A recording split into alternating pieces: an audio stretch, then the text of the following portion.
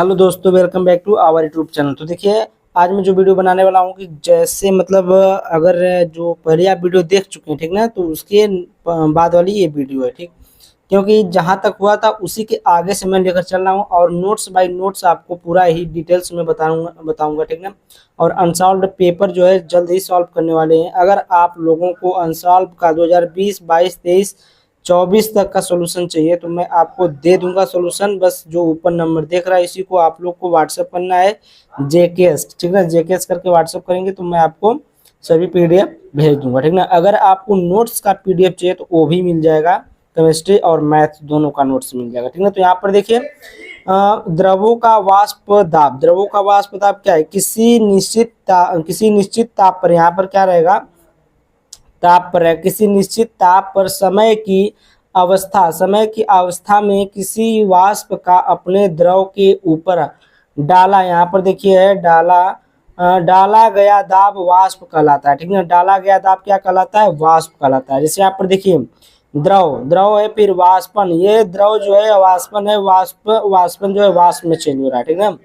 द्रव किसमें? वाष्पन में चेंज हो रहा है। वाष्पन किसमें? वाष्प में। और यही क्रिया रिवर्स हो जा रही है। देखिए, वाष्प से द्रव हो जा रहा है, द्रवण हो जा रहा है, और द्रवण से क्या हो जा रहा है?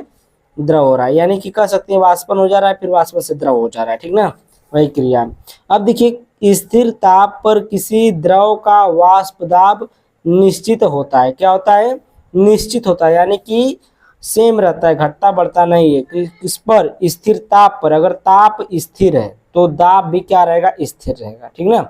अब देखिए, परंतु वाष्प दाब का मान ताप बढ़ाने पर बढ़ता है। देखिए, जब आप ताप बढ़ाएंगे तो उसका दाब भी क्या हो जाएगा? बढ़ जाएगा। जिस तापमान पर किसी द्रव का वाष्प दाब वायुमंडलीय के बराबर हो जाता है क्वथनांक कहलाता है, ठीक ना। जब तापमान पर किसी द्रव का वाष्प दाब वायुमंडलीय के बराबर हो जाता है, वायुमंडलीय दाब के बराबर हो जाता है, तो क्या होता है कि जो क्वथनांक, तब वो क्या कहलाता है? क्वथनांक कहलाता है, ठीक ना। अब देखिए, थोड़ा सा नीचे आते हेडिंग है, कह रहा है कि अवाष्पशील विलयों द्वारा वाष्प दाब में अवनमन, ठीक है। ये हेडिंग जो है बहुत इंपॉर्टेंट है। किसी विलायक में अवाष्पशील विलेय पदार्थ घोलने पर विलायक का वाष्प दाब घट जाता है। क्या करने पर? अगर कोई विलायक लिए हैं, उस पे अवाष्पशील विलेय घोलेंगे तो उस विलायक का वाष्प दाब घट जाएगा। अवाष्पशील विलेय का मतलब समझ रहे हैं? ऐसा विलेय हो जिसका वाष्पीकरण न हो, ठीक ना। वाष्पीकरण का मतलब समझिए, द्रव से डायरेक्ट वाष्प में चेंज न हो, ठीक, तो उसको हम लोग कहते हैं अवाष्पशील विलेय, ठीक। ऐसा अगर विलेय ले रहे हैं तो उसमें क्या हो जाएगा? अगर घोल रहे हैं तो वाष्प दाब क्या हो जाएगा? घट जाएगा, ठीक ना। उसके बाद आगे चलते हैं थोड़ा सा। देखिए, अर्थात किसी विलयन का वाष्प दाब शुद्ध विलायक की अपेक्षा कम होता है यदि किसी ताप पर शुद्ध विलायक का वाष्प दाब P0 तथा विलयन का वाष्प दाब PS हो तो P0 माइनस PS वाष्प दाब में अवनमन कहलाता है, ठीक ना। अगर देखिए, किसी विलयन का वाष्प दाब शुद्ध विलायक की अपेक्षा कम होता है, ठीक, और उसका जो वाष्प दाब है P0 है और विलयन का जो वाष्प दाब है PS है, तो जब हम उसको माइनस करेंगे तो वही अवनमन कहलाता है, ठीक ना।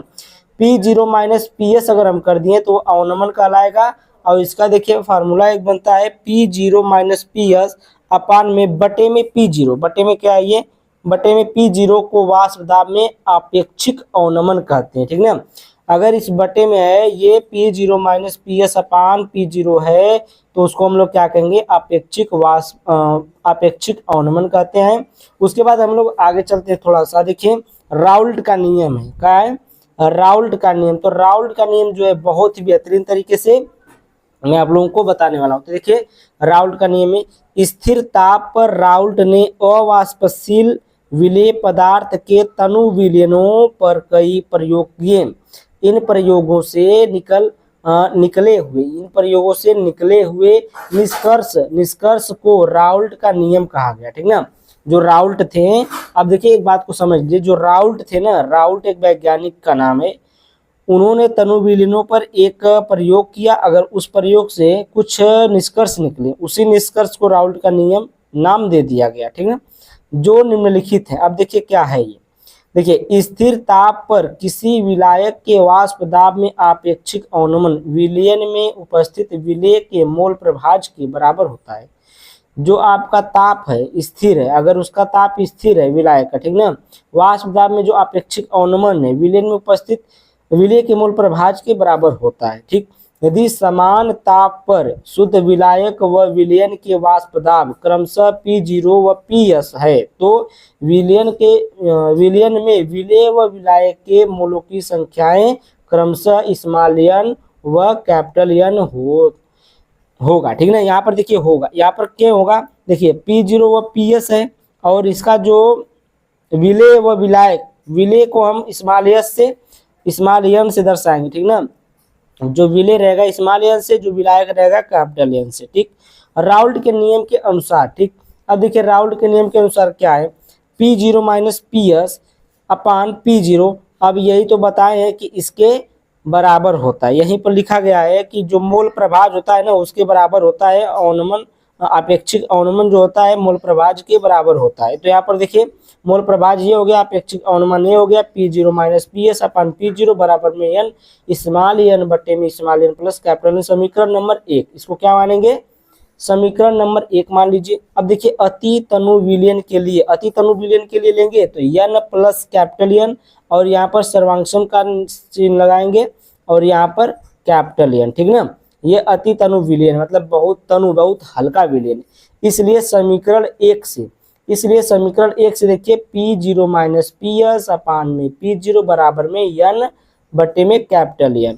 जब ये n बटे में कैपिटल N क्यों हुआ है, क्योंकि ये वाला जो n है ये साइलेंट हो गया, मतलब कहा ना है यहाँ पर कि अति तनु विलयन, तो अति तनु विलयन का मतलब सिर्फ इसमें नाम का विलायक है, ओनली विलेय है। ठीक ना, तो यहाँ बचा है नीचे कैपिटल N। ठीक, मतलब ये n प्लस कैपिटल N के बराबर आप ये n रखा गया है, तो यहाँ पर देखिए n प्लस कैपिटल N के बराबर सिर्फ n, तो यहाँ पर n। ठीक ना, बात समझ में आ गई।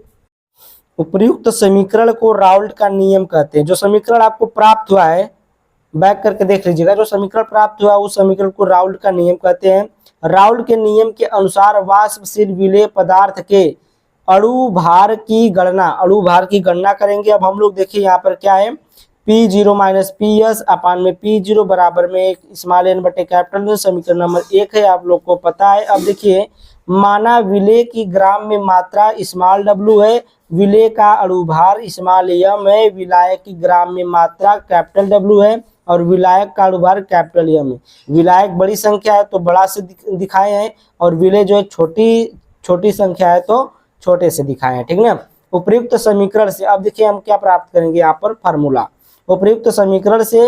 अब देखिए P0 माइनस PS अपान में P0, अब देखिए यहाँ पर जो विलेय का चिन्ह रहेगा स्मॉल n के जगह पर कैपिटल स्मॉल w और स्मॉल m का प्रयोग किया जाएगा और कैपिटल N के जगह पर कैपिटल W कैपिटल M का प्रयोग किया जाएगा। देखिए स्मॉल w बटे में कैपिटल स्मॉल m और बटे में कैपिटल W बटे में कैपिटल M। ठीक है, तो ये दोनों क्या हो जाएंगे, ऊपर हो जाएंगे, तो यहाँ पर देखिए हो जाएगा P0 माइनस PS अपान में P0 बराबर में small w into capital M बटे में स्मॉल m बटे इंटू कैपिटल W। ठीक ना, अब देखिए यहाँ पर एक क्वेश्चन है, ये क्वेश्चन छोड़िए। ठीक ना, आज बस इतना ही रहेगा।